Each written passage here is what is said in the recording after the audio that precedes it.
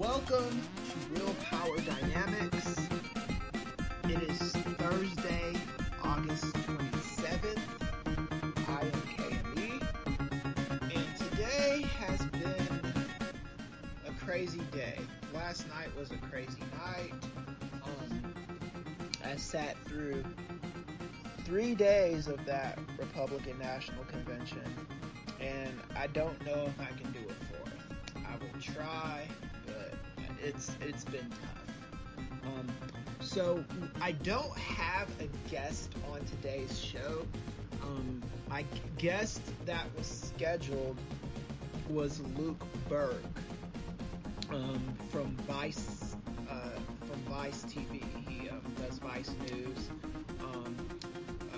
producer and all this other stuff. A real good friend of mine that I knew back in high school, and we had a very, very good conversation. It was probably too good of a conversation because he needed some things edited out, and it's when I went back and listened to the interview, because I go back and listen to all the interviews before I post them to make sure that they're all on the up and up and stuff like that. There were some things in that interview that he didn't necessarily want out there. Nothing like egregious or salacious or anything like that. But he works in corporate news, so you gotta kind of tread lightly in some of those circles. One of the reasons why I left the corporate news world is because I do not like feeling muzzled or walking on eggshells or anything like that. And I'm not saying Luke Burke feels like that, but I felt like that when I was working for corporate news. So that interview, I will post it up eventually, maybe next week. But I'm going to do some edits to it to just make sure that nothing comes out that he doesn't want coming out, or making, saying something about the wrong person and this and that. It's news. I completely understand. I come from the corporate news world, so it's not something I'm tripping over, and we'll probably either what I'll probably do is edit the piece down. My professional editor will edit it down, or I will just not I will just interview him again, and we can talk about other things. I think a lot of guests don't know, when you get on my show, when I talk to you, I will go there with you in a lot of areas. You know what I'm saying? I make a comfortable setting for my guests so they can feel comfortable talking about all these political issues. And I tell all my guests before I conduct an interview with them, if there's anything that's off limits, let me know so we don't even go in that territory. And if you don't tell me what you think that shouldn't be known or what's off limits, I will ask the questions. So that's just the nature of the beast with me, man. And I love Luke Burke. He's a good dude. He does very, very good work at Viceland. And I hope this interview makes it to air, or that if this interview doesn't make it to air, we could do another interview where we're talking less about the corporate news world and the stuff about that world we do not like. But definitely check his stuff out on Viceland. I'll probably post a link in the description so you can still know about the stuff he does. But Luke Burke is a good dude. I wanted to talk a little bit about Jamal Truelove. So this is another situation that was kind of big news this week, but not humongous news. For me, it was big news because I've been covering Jamal Truelove ever since I heard about his story. The very first time I mentioned Jamal Truelove was on an episode of the 20 Twin I did with Nate Milton on the King of Sports Patreon. And we were talking about Kamala Harris, and we were talking about the positives of Kamala Harris and the negatives of Kamala Harris. And this is one of the things that I brought up. And at the time I didn't do a ton of research on Jamal Truelove. I wanted to, but let me scratch that. I didn't even want to. I just researched him. I Googled Kamala cases, like Kamala's most controversial cases. He came up. I talked about it on the air, but I didn't know a lot about the story. So I started doing research, and then the story came up again after Kamala's VP pick. So people were, talking smack about Kamala, and then all the memes were going around about Kamala, how she hates black men, and how she was a bed wench, and how she isn't black really, and just stupid memes just kept coming up and coming up and coming up. And I finally got tired of it and did my own research. So then I did my search on Jamal Truelove, and he was a Bernie Sanders supporter, but when Sanders didn't win, he threw his hat in the bag for Joe Biden and Kamala Harris. Now, after that happened, what ended up going on after that was people were saying that, oh, well, Jamal Truelove likes Kamala Harris, and so if he's cool with her, then I'm cool with her, and stuff like that. And if Jamal Truelove, people were kind of gloating a little bit, like even me. I think I probably made a post. Well, if this brother, because he made a Twitter video saying that, he's not gonna be a puppet of the right-wing media. I'm paraphrasing, but that's basically what he said. He said he's not, if you guys are looking for him to tell you not to support Joe Biden or Kamala Harris, I'm not the guy that's going to do that. So what he did was post this video. So then I think Charlemagne the God on the Breakfast Club mentioned it and said, okay, so this is all the reason why we should support Kamala, because this brother says that she's not the one that held him back. So then he released another tweet. He said, hey, I didn't say she had nothing to do with the case. I said she wasn't working by herself or something like that. So I reached out to Jamal Truelove like almost immediately when he posted the first video, and I said, look, brother, I would love to interview with you for my podcast, because I want to talk to you so we can get to the truth of this. My show, I talk to you in an intimate setting and let you speak, and we dissect what's going on in a political way. Not really what they do on the Breakfast Club. Like my show, I try to keep funny and upbeat, but it's also a show with like a free exchange of like ideas, and I try to get at what the intellectual in the intellect of individuals that I have on my show, their political intellect. And Breakfast Club, some of those interviews are political, but some of them are more just tongue-in-cheek fun stuff. So he did reach back out to me. True Love did reach back out to me, but he did not accept an interview with me. You know what I'm saying? But I talked to him. A lot of that stuff was off the record, so I'm not gonna mention it. He didn't say anything like incriminating or whatever, but I asked him, look, man, can I interview you?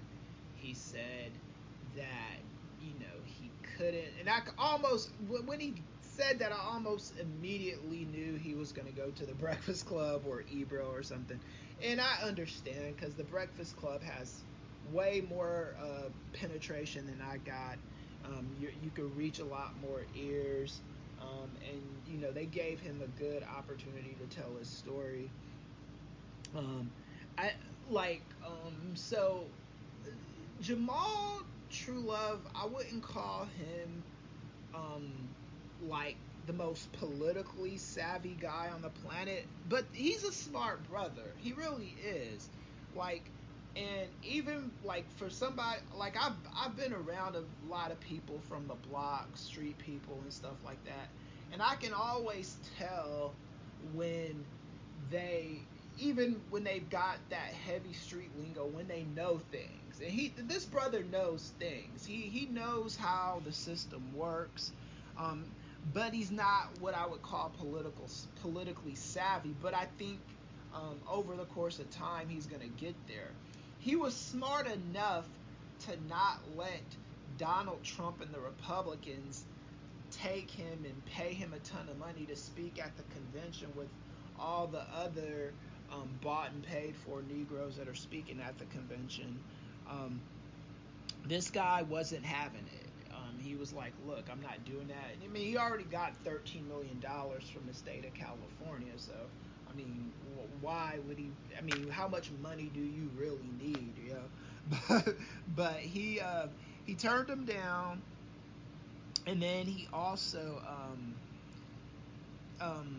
just talked about his life, how he thinks Kamala Harris should win or could win, and he doesn't blame Kamala Harris entirely for what happened to him, but there are some bitter feelings there. And as a person that's a Kamala supporter, I was supporting her in the primaries when she was running for VP, and I'm supporting her now that she is the VP. I can understand, like, look, there's like, and again, some people said, well, at least it was only 6 years he did in jail, or at least it was only 7. There's no such thing as at least 6 years in jail. There's no such thing as at least a second in jail.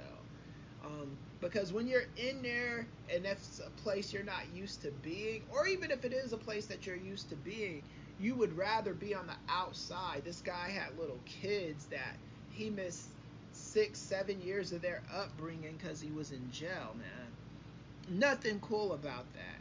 And if Kamala, when she was AG, if there was more she could have did, if she noticed this brother's existence, she wouldn't have let this happen. With that said, Jamal True Love brought up another great point. He said that, look, somebody's got to do that AG job. Somebody's got to be the district attorney. Somebody's got to be the AG. We need people in those positions.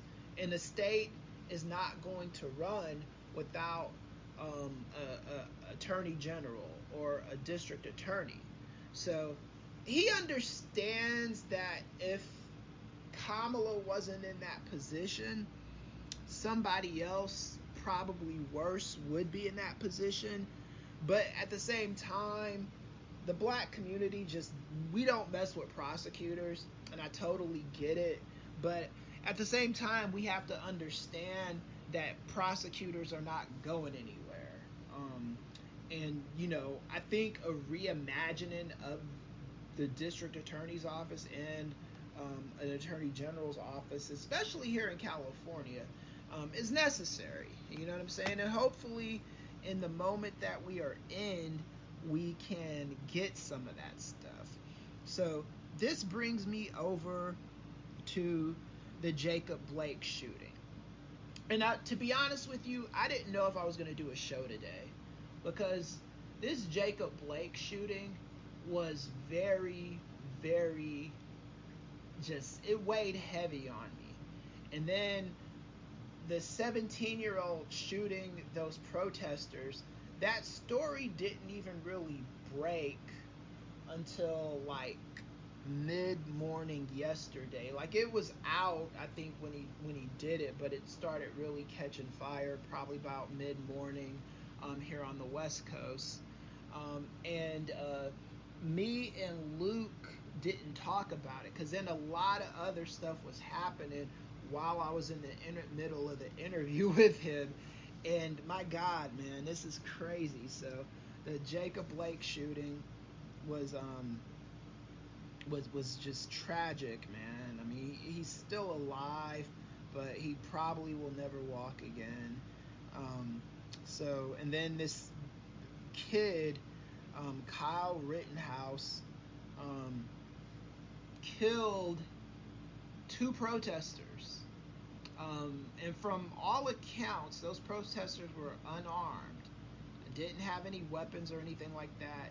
And this kid took an AR-15 and shot and killed him. What makes it worse is he did it in the name of the police, Magadum. He was getting praised by dickwad extraordinaire Tucker Carlson on Fox News for doing vigilante work. I'm not even gonna play the clip because it's just so sick and disgusting. It's ridiculous, man. That this guy goes out on the street with an AR-15, shoots protesters, and gets away with it. And you know, Republicans are acting like this guy did good work. This dipshit Tucker Carlson, like, how can you say that, man? This is the ridiculousness I'm talking about, and this is the Donald Trump's America right now. You had the McCloskeys out on their front yard pointing their guns at protesters. Now, I'm not going to paint the narrative of these protesters that broke into that gated community as just peaceful protesters, because it's partly true and it's partly not true. And I'm not saying that they were violent protesters or anything like that, but they did break into a gated community. So they did that much at least. So I think us on the liberal side of things, on the progressive side of things, have to at least acknowledge that they broke into this neighborhood. They broke into the neighborhood. They didn't want to commit any violence against anybody because they wanted to talk to an elected official there.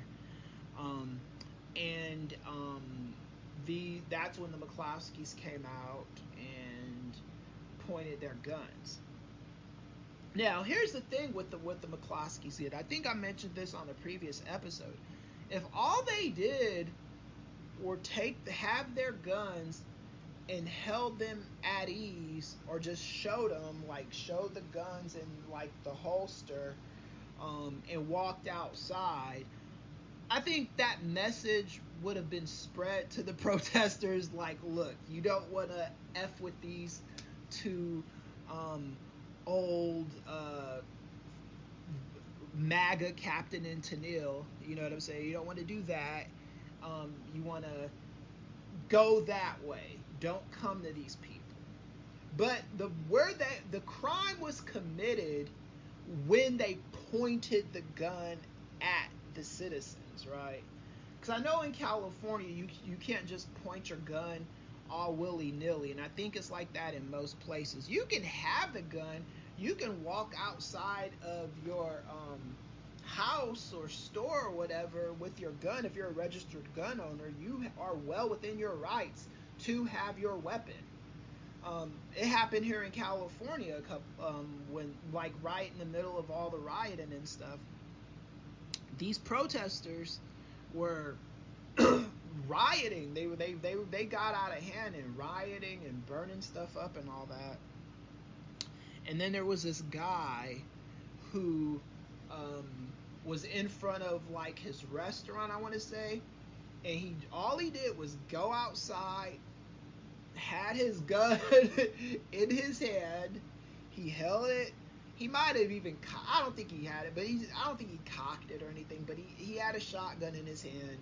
Didn't point it at anybody, but if anybody was thinking about doing any funny business, he was sending the message, look, I got a gun. These two old fucking geezers were pointing it at people. That's what the problem is with this. Again, if all they did was walk outside with their guns, whatever, you know what I'm saying? But they were pointing it. Now, if the people that had their guns in their hands, or if the people that were protesting walked onto their lawn, even still, you can't point the gun at people because that's not the appropriate amount of force for that situation. So what would have to happen is those people would have to breach the peace, meaning they would have to not only step on their line, but break inside of their dwelling where they live. So if you break inside the person's house, they can legally shoot you for doing that. You know what I'm saying? They could shoot to kill in a lot of places if you break inside someone's house. Breaking inside of a gated neighborhood, while it's trespassing on private property, it's not breaching the peace. Equate it to something like if you had kids and, I lived in a big country neighborhood in Knoxville, Tennessee when I was in high school, and oftentimes kids would cut through the backyard to get to the other neighborhood. That right there is trespassing, but it's not enough for me to be shooting them with a gun. So that's what those protesters did. They trespassed. We gotta admit that and call it what it is. It's not the worst crime you can do, but they trespassed. But they didn't breach the peace. They didn't get on this person's lawn. They didn't even get on their lawn. They didn't go inside their dwelling. They nothing was broken in their place. They had no right pointing a gun at these people. And that's kind of where we are at with that situation. And those two were allowed to speak at the Republican National Convention as well. So, I mean, we live in weird times right now. And at the Republican National Convention, the McCloskeys were painted as the good guys, and they are not the good guys. You know what I'm saying? So, all I can say is that these people are not doing Trump any favors, in my opinion. I mean, maybe they're doing him favors with this base, but this Kyle Rittenhouser, what's his name? Kyle Rittenhouse, 17-year-old with the AR-15. The arrest of a teenager on charges of killing two people amid clashes in the city over the police shooting of a black man stoked the nation's culture wars yet again and presented an incendiary challenge to President Trump. This is from Yahoo News. Rittenhouse was just reading this. So it was described as a vigilante act. So he was on alert. He dropped his gun and gave it to the police. So this is kind of akin to what the Republicans have been saying. You know what I'm saying? And this kid, Okay, so let me tell you how an AR-15 works, because I know a little something about guns. There were hundreds of people out there protesting.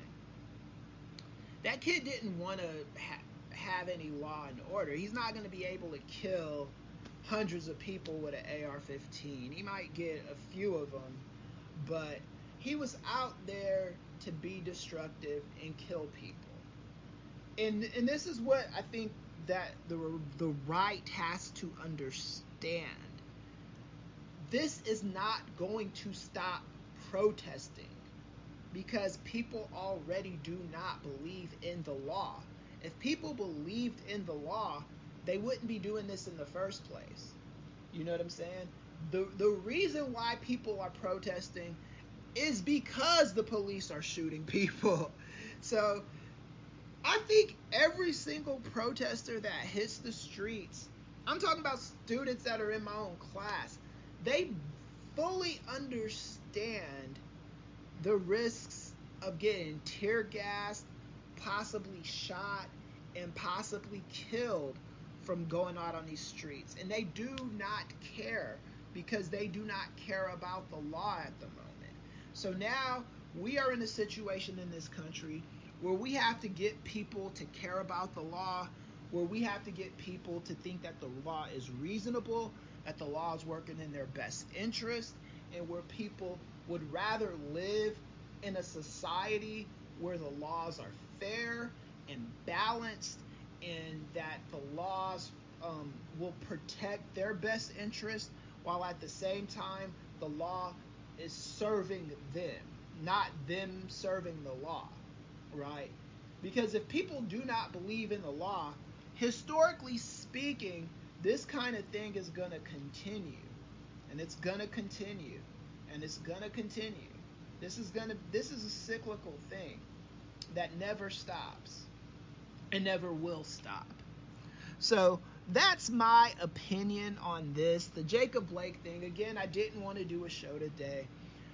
I didn't feel it was right, because you've got all these people protesting sports, the Lakers and Clippers. So I don't know what the update is on that, but some are saying that they're not playing again. And the Lakers are my team, and I know they were going to win it all this year. So for them not to be playing, this is some serious business, man. Lakers, the Bucks were the first team yesterday to say, hey, we're not even playing today. They're encouraging people to vote.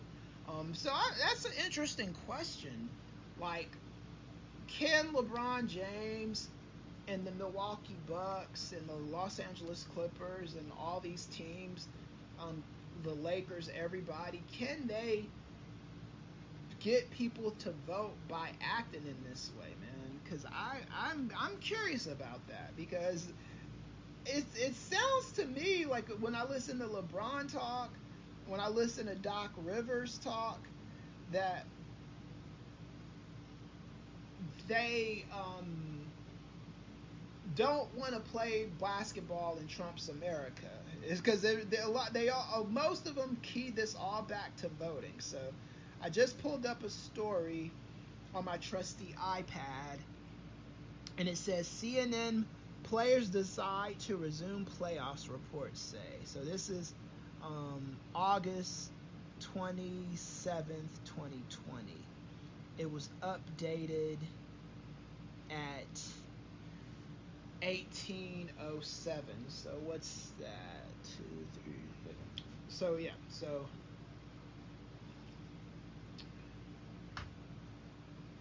this is interesting. So they're gonna play. I wonder if LeBron is gonna come back and play. Let me see. So Adrian Wojnarowski from ESPN reports the playoffs are postponed. The season is expected to resume by the weekend or as early as Friday. The Lakers, let me see. LeBron James change doesn't happen with just talk. So I honestly, wouldn't be surprised if by the time I get off this podcast, the players decide not to play. The Dodgers, same kind of thing went on over here yesterday. So everything is kind of up in the air with all this stuff, you know? So, you know, I think what LeBron and the league should do is just say, hey, you want us to play basketball again? Go ahead and vote for Joe Biden and Kamala Harris. If you vote for Trump, we're ending all basketball. You know, in a perfect world, that wouldn't even be something that you would have to worry about, because people would understand that Trump is an idiot that can't run office. But you know, we do not live in a perfect world, unfortunately. So anyway, the speakers at the RNC. I gotta talk about the RNC. Gotta talk about the RNC. So I'm only gonna spend time on the notable speakers, because this was just night one was. So there's two ways you could look at it. Night one of the RNC was entertaining. It was. I can't say that it wasn't entertaining. But it was also kind of a shit show. It was a lot of comical stuff on it. Comical and sad at the exact same time. I'm gonna Matt Gaetz, all the same old Trump talking points. Joe Biden is going to destroy the country if he wins. Don't vote for Joe Biden. Blah blah blah blah blah blah blah blah blah blah blah blah blah. Gaetz, I've never liked Matt Gaetz. I always thought he was a dweeb. And the convention is just for a lot. These conventions just reconfirm what you already know about these people, right? So, I mean, like, how much of this stuff is like going to change anybody's mind? Almost kind of like the DNC, but I think the Republican National Convention, they really, really honed in strongly on the base they were trying to get at. So it was the night one I didn't particularly like, but if I'm judging it just as a convention, nothing too egregious about it. It was what you would expect a Republican National Convention to be, right? So, and then we move to Kimberly Guilfoyle. I hope I'm saying her name right. My Lanta, this woman sounded nuts. I'm not saying she was on drugs, but the woman was high on something. Good evening, America. I'm Kimberly Guilfoyle. Yes, a proud supporter of President Donald J. Trump. Rioters must not be allowed to destroy our cities. Human sex drug traffickers should not be allowed to cross our border. Just take a look at California. The Democrats turned it into a land of discarded heroin needles, riots in streets, and blackouts in homes. In President Trump's America, we light things up, we build things up, and we stand for our flag. Do you believe in American greatness? They want to control what you see and think and believe so that they can control how you live. They want to enslave you to the weak, dependent, liberal, victim ideology to the point that you will not recognize this country or yourself. President Trump spoke about making America great again. His promise was to put America first, and he has. President Trump commanded the defeat of ISIS, took out al-Baghdadi and Soleimani, and paved the way for peace in the Middle Middle East, when he negotiated historic trade deals with Canada, Mexico, Japan, and China. That beacon shined bright once again. America, President Trump believes in you. He emancipates and lifts you up. You are capable. You are qualified. You are powerful, and you have the ability to choose your life and determine your destiny. Don't let them kill future generations because they told you and brainwashed you and fed you lies. Stand for an American president who is fearless, who believes in you, and who loves this country. Ladies and gentlemen, leaders and fighters for freedom and liberty, the best is yet to come. Maybe it was life. I don't know. But I do have to know, if she was high on life, is she purchasing life by the ounce or by the kilo? Because this woman sounded like she was straight up on one. She was yelling, lifting her hands in the air. This meme is going around on Twitter where she's got the Rita Repulsa hat from the old Power Rangers, and she's like, after 500 years, I'm free. And oh my God, this woman embarrassed herself. She embarrassed herself, and she embarrassed America. If you're watching this nonsense internationally, she was horrible. And then I wanted to talk about Donald Trump Jr. This idiot sounded like Maxwell Lord from that Wonder Woman trailer.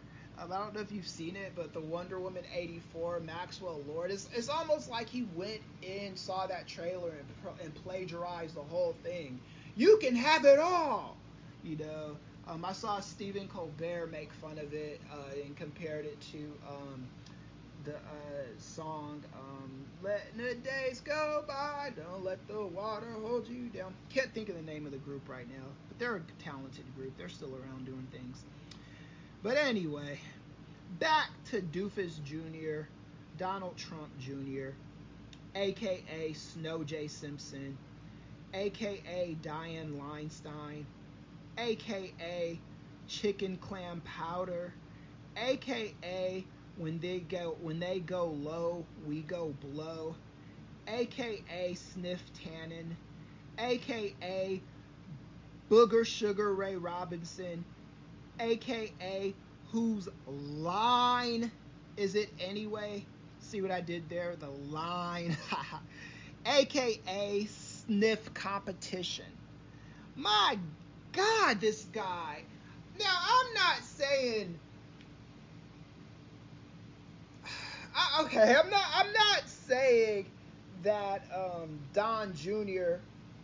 was high or was on cocaine. I don't know this for a fact, but I wouldn't be surprised if his nose was a safe haven for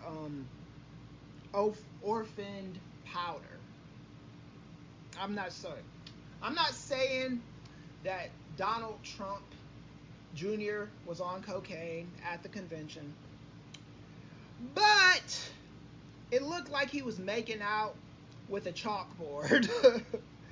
I'm not saying that Donald Trump Jr. was high on coke, but his eyes were redder than strawberries. I'm not saying that Donald Trump Jr., a.k.a. eighth ball of confusion, a.k.a. I walk the white lines, a.k.a. louder with powder, a.k.a. Snow Derek, a.k.a. the greatest snow on earth, a.k.a. Doc McSniffins, a.k.a. Taylor Sniff, a.k.a. Sniffleupagus, a.k.a. Booger Sugar Ray Mosley was high. I'm not saying that at all. I'm not saying that. But the guy, God damn, this dude was, what the hell? He sounded like a complete motherfucker. fucking idiot. This was embarrassingly bad and horrible. My God, my God. This guy. This is what I'm going to say. If you're going to use life out there, kids, use it after you give your speech. If you're going to get high on life, that's a celebration for after the speech, not before the speech, okay? All right? If you're going to be powdering up your nose, I got no problem with it. If that's what you do, that's what you do. But do it after the speech. Don't do the victory cocaine celebration. I mean, the victory life celebration, high on life, before you give the speech. Do it after you give the speech. That's what normal people do. Okay? My God, man. I still am mesmerized by this. You know what I'm saying? So it doesn't matter what any of the other speakers said that night. The main focus was Kim and her husband, and both of them were definitely blitzed out of their mind. They both embarrassed themselves. They embarrassed the country. They embarrassed, well, I would say they embarrassed their family, but their family's already an embarrassment, so who cares? But I mean, this is what we have to deal with right now, America. And people wonder why we got riots all over the place. Everybody's unhappy. Nobody's happy with the president. And then you wonder why, when you trot out your doofus son and his stupid woman, you trot them on stage just floating these two were. Anyway, I spend enough time on that. So that was night one. Night two wasn't that much better. I thought Melania Trump's speech, I thought the whole catwalk she did to the stage was absolutely ridiculous. There were people that were comparing the style of dress she was wearing to Hitler. One thing I'll give her credit for, not one time during her speech did she use the term radical left. She did bag on the media a little bit, but my God, man, she wasn't good. But I'll also say this: she wasn't. I think her speech was what it needed to be. She needed to be the sane one. She needed to be the normal person in that family, because everybody else was not normal. They all either sounded like a robot or sounded like they were coked up or whatever. Eric Trump, this guy is such a doofus, man. He's probably a bigger doofus than Don Jr. I will say this about Eric Trump. I know cocaine eyes when I see him, so I'm not gonna say he was as high on life as Don Jr. was, or Kim, his girlfriend. I'm not going to say he was as high on life as those two, but the guy, even though his eyes weren't bloodshot red, I'm not sure he wasn't high off life. I'm just going to come out and say it, you know what I'm saying? And he was kind of the main event of that evening. Tim Scott spoke on. Was Tim Scott on Tuesday night as well? Doesn't look like he was. So, because Tim Scott was a main event one of those nights. Let me look at this list again. Melania, no. Mike Pompeo. So this guy gives a speech from Jerusalem, and it's such a politically tinged speech. I'm sure he broke all kind of laws with that. I think on night two was the night Donald Trump pardoned a guy on national television, had a naturalization ceremony on national TV. These things are unethical, and I'm pretty sure they're against the law, but Republicans control the Senate right now, and Donald Trump is the president, so they got two branches of government. Nobody's going to do anything about it because everybody grazed Trump on a dumbass curve, so he could do these dumbass things and get away with it. So let me see what else we got. So yeah, but Eric Trump, yeah, he's a doofus. And then night 3. What night? Okay, so I do think this. I'm looking at Ballotpedia. It doesn't have Tim Scott listed, but I do need to talk about him because he was a notable speaker. Because and it was funny too because Nikki Haley did the exact same thing. I don't know if this was night 2 or 3. I think it was night 2. They all talk about how not racist America is, and then they talk about all the racism that their parents went through. I mean, these Republicans are funny, man. They talk about all the racism that their parents went through. I've seen real racism, and Donald Trump isn't racist. Or I don't even think anyone said Donald Trump isn't racist. I think that's they don't directly like confirm that Donald Trump isn't racist, but they kind of talk around the issue and say, "Oh, I know real racist." Donald Trump, Jack Brewer, some I don't even know the guy's name. It doesn't even matter. But it was a complete full of shit speech. And so all these black Republicans and minorities Republicans on stage, all of them gave the same exact speech. They've all said, my parents experienced all kinds of racism and heartache in the United States of America, mind you. But the United States of America isn't racist, and vote for Trump. And Trump understands race matters while riots are going on in the street. So yeah, this is where we are at, America. This is where we are at. So that was that. I'm trying to see if I missed anybody. Joni Ernst. I do need to talk about her. This woman is so stupid, man. She one time she said that the Democrats were trying to get rid of gasoline. That's what she said. If it wasn't that, it was something along those lines. Because Democrats do not drive cars, right? So we're trying to get rid of gasoline. And then she says that Democrats want to get rid of animal agriculture, which is the most ridiculous thing I've ever heard.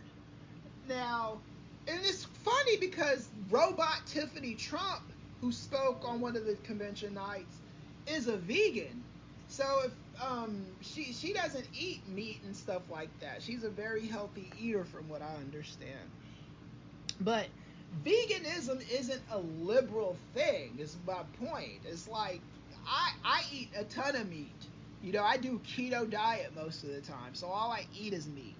So nobody's getting rid of animal agriculture, you know, even with all the environmental implications attached to animal agriculture. It's just something that's not going away ever, because Americans are never going to give up eating meat. And I'm sure if you take a straw poll of Democrats, most of us eat meat. This was stupid. This was stupid. It was dumb. It was ludicrous. It was glittering generalizations.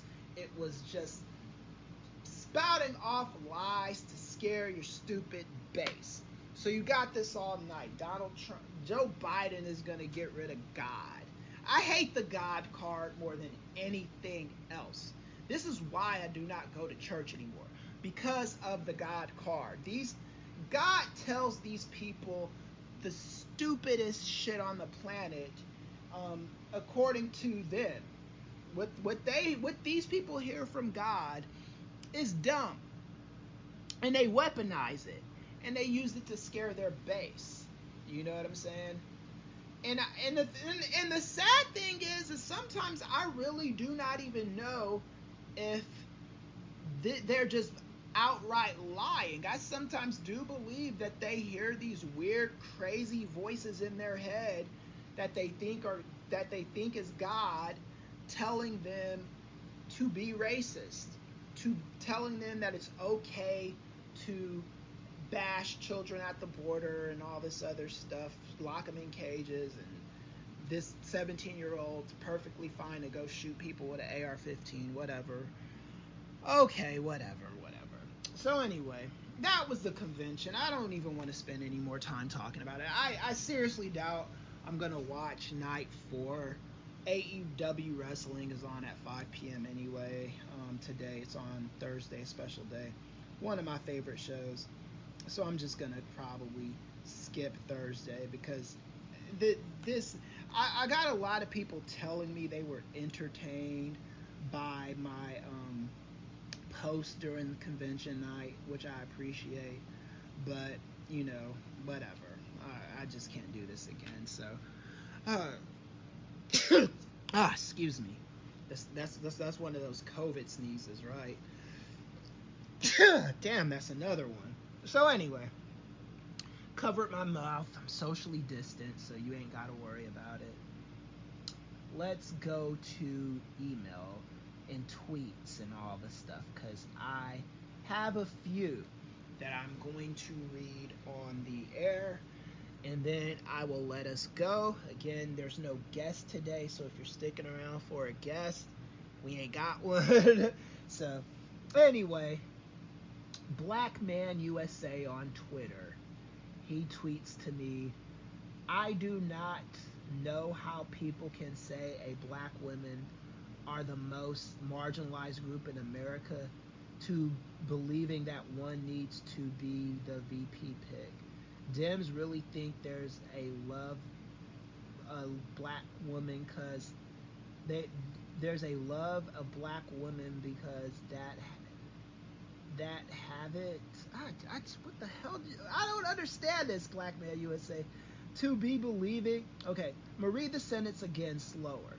I do not know how people can say black women are the most marginalized group in America to believing that. Okay, I get it. It's you were trying to fit all your posts on the Twitter. To believing that one needs to be the vice president pick. Dems really think there is a love a black woman because that have it. Hillary was a white woman and they lost. They hate Obama. Okay, so first of all, you might want to email me questions, Black Man USA, because this thing was tough to read. I'm not even trying to be funny, but I don't even think it was grammatically incorrect as much as it is you're trying to fit the whole tweet in one tweet, and the punctuation and stuff isn't there. But I digress. Here's the thing, man. There was no perfect VP pick that Joe Biden could make. I mean, he could have picked a white man, but you need votes. You need the biggest part of your base voting in the 2020 election. And right now, black women are that. They vote for Democrats at 97%. As a whole, the black race, we vote for Democrats 94% of the time. Black men bring us down because 13% of black men voted for Donald Trump. But as a race, only 8% of us voted for Donald Trump. So that's why he picked a black woman, because they're likely going to vote for Joe Biden. The white woman vote, they proved in 2016 that they're not a reliable base. But super PACs like the Lincoln Project and stuff are going after that vote to see if there's anything there, if there's any there, so to speak. So, I mean, nobody was going to be happy. I mean, if I were you, I would just either try to get on board or just, Um, stop paying attention to politics, man, because this is who we got now. I mean, it is what it is. You can't Monday morning quarterback this because Kamala Harris is going the VP pick, and if she wins, if Joe Biden wins, she's gonna be vice president. Do you think the Lincoln Project commercials will work? All right. So this person says, "Do you think the Lincoln Project commercials will work?" I assume he meant will work. I don't know. Maybe they'll work. Maybe they won't. I don't know. I don't know. I think they're effective. They crack me up. I love those commercials, but as a general rule of thumb, do I think that they're just these things that are going to work? Maybe and maybe not. But I think they need to. I think the Lincoln Project needs to keep pumping them out though, because their whole thing is they're not trying to take half the woman vote. They're not even trying to get like a majority of, or you're not trying to get half. They're not trying to get a majority. They're trying to what their strategy is. They think that if they chip away at 3% of the vote, that they can win doing that. That can swing the election to not to Donald Trump, to Joe Biden. If even 3% of the people that voted for Trump in the last election that didn't know what Trump would be, and now that they know what he would be, they're trying to move them over the edge to the next side. So that's the point of that. Okay. Do you think you will have any conservative Republicans on your show? So here's the thing with that. I'm not against having conservatives on the show. It's just in the age of MAGA, I don't know if I can trust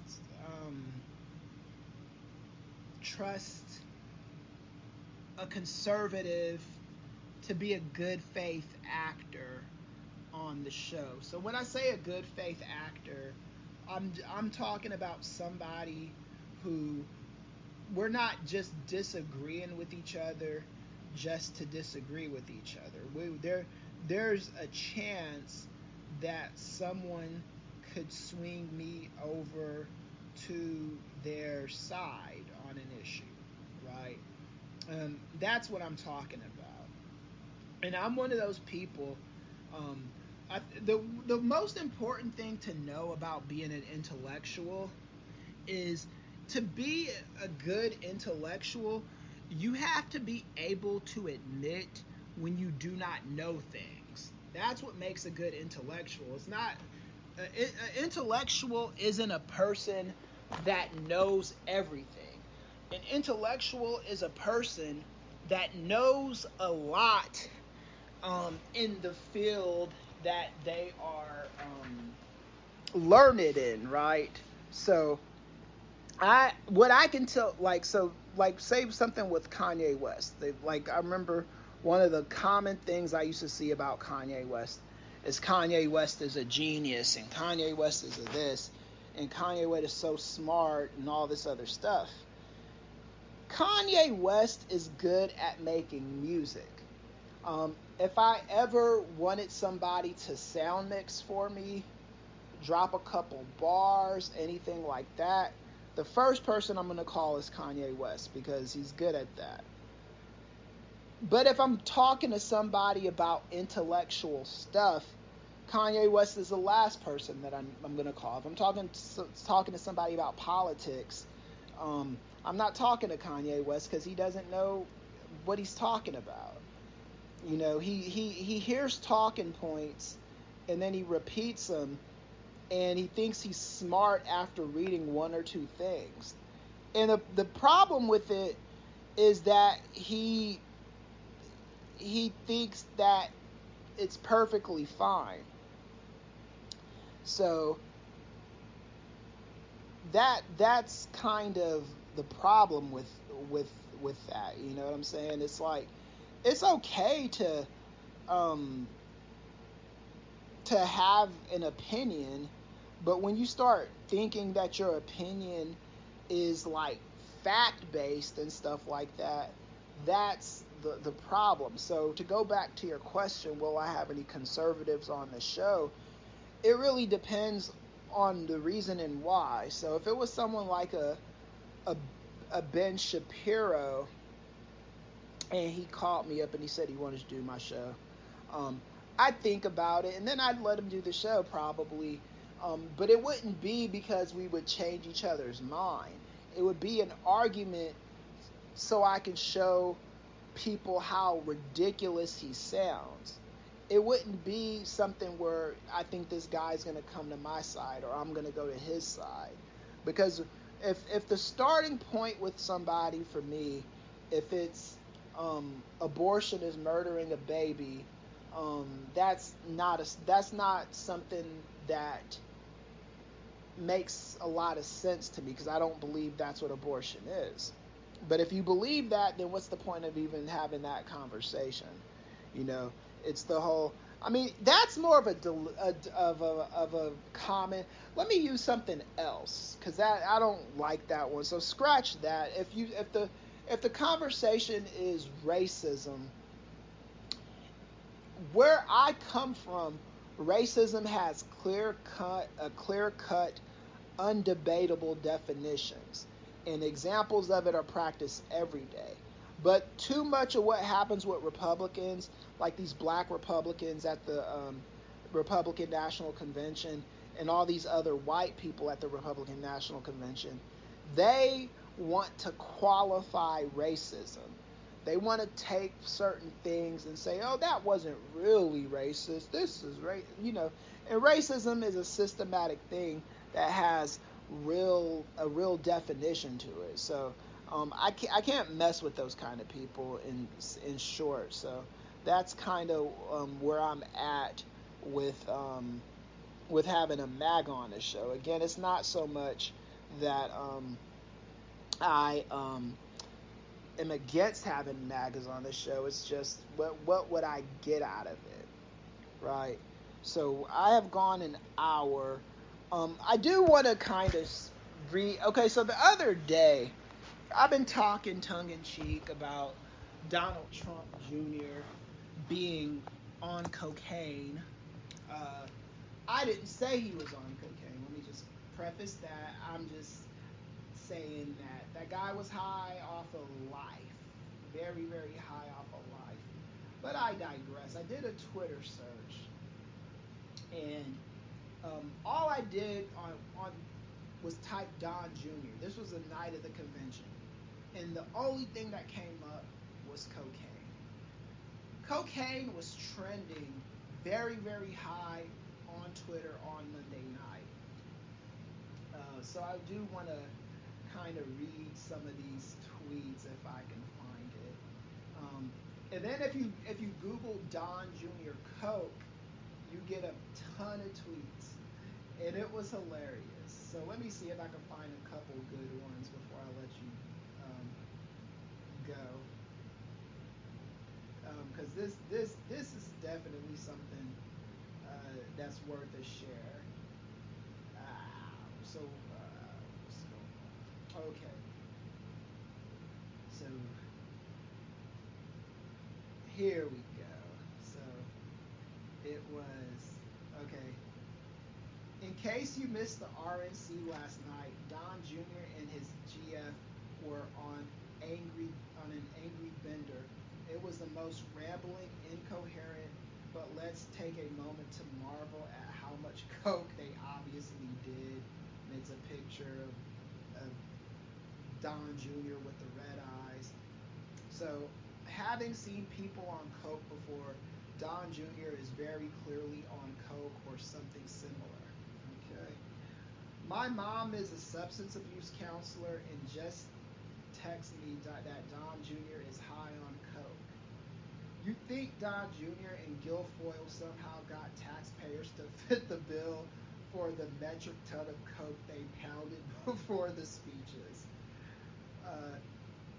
Don Jr. snorted some really good coke tonight, and the 20-year-old niece is kind of jealous. He is high AF. Absolutely howling with laughter over Don Jr.'s coke eyes. Like, holy shit, my guy. Did you need to do that much blow tonight?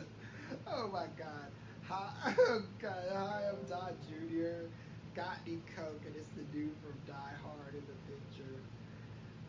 Let me see. Kimberly Guilfoyle. I can't read this. It looks funny though. It's got 29,000 tweets. It's from Lady Gaga. What's the Daily Show retweeting it? She goes,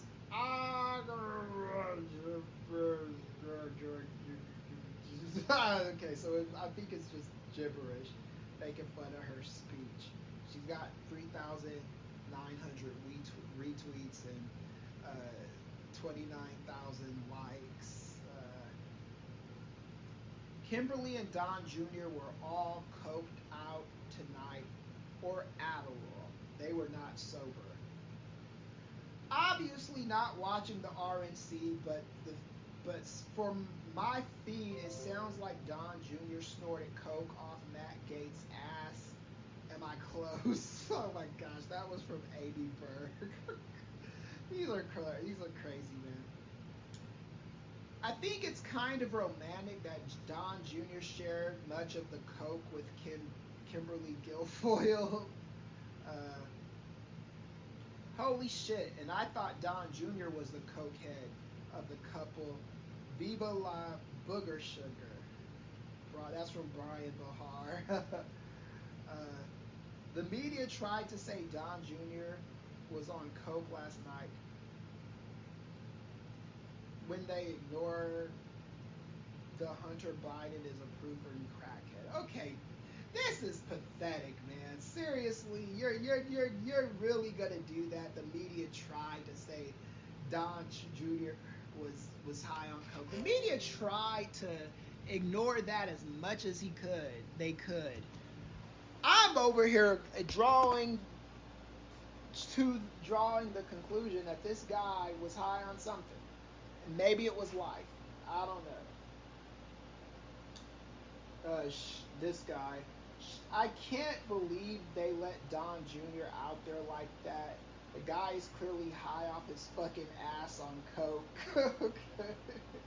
Don Jr. just snorted a fat line of coke off a dead prostitute. I can tell. Okay. How much coke did you guys do tonight? So that's why night 2 of the convention was a lot more time. So anyway, that was the show for today. No guest today. Try to get Luke Burke back on next week or the week after that or something. Hopefully next week I'll have a guest. But, these things happen, man. Again, when you come on my show, we are going to take it there. So, love Luke Burke. Love you guys for listening, giving me your time on a Thursday afternoon or whenever it is you're listening to this. This is Real Power Dynamics with KME, and I'm out this piece. See ya.